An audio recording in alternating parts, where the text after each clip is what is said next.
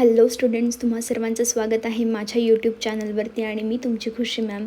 आज तुम्हाला इयत्ता 5वीतील परिसर अभ्यास भाग 2मधील धडा 2 इतिहास आणि कालसंकल्पना या धड्याच्या स्वाध्यायावरील प्रश्नांची उत्तरे घेऊन आलेली आहे. चला तर मग सुरुवात करूया. प्रश्न क्रमांक 1, रिकाम्या जागी योग्य शब्द लिहा. 1, आपण वापरतो ती दिनदर्शिका इसवी सनावर आधारलेली असते.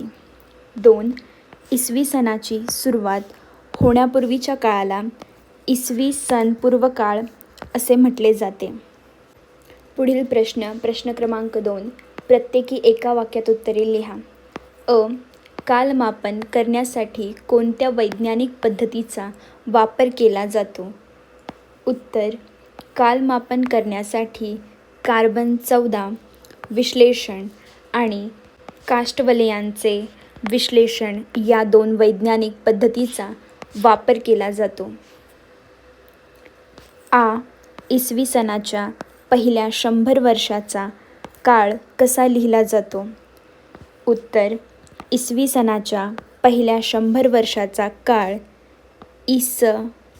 1 ते 100 असा लिहिला जातो.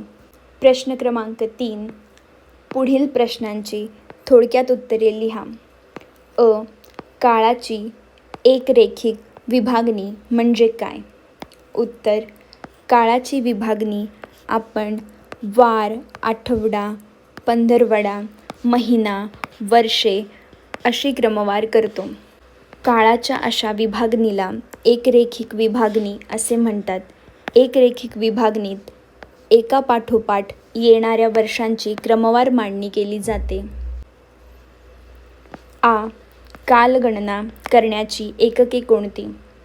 उत्तर, कालगणना करण्याची एकके पुढीलप्रमाणे आहेत. सेकंद, मिनिट, तास, दिवस, आठवडा, पंधरवडा, महिना, वर्ष, शतक, सहस्त्रक.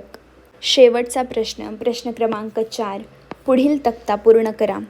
इतिहासाची कालविभागणी. इतिहास लिहिण्यासाठी लिखित पुरावा नाही. प्रागैतिहासिक काळ. इतिहास लिहिण्यासाठी लिखित पुरावा आहे. ऐतिहासिक काळ.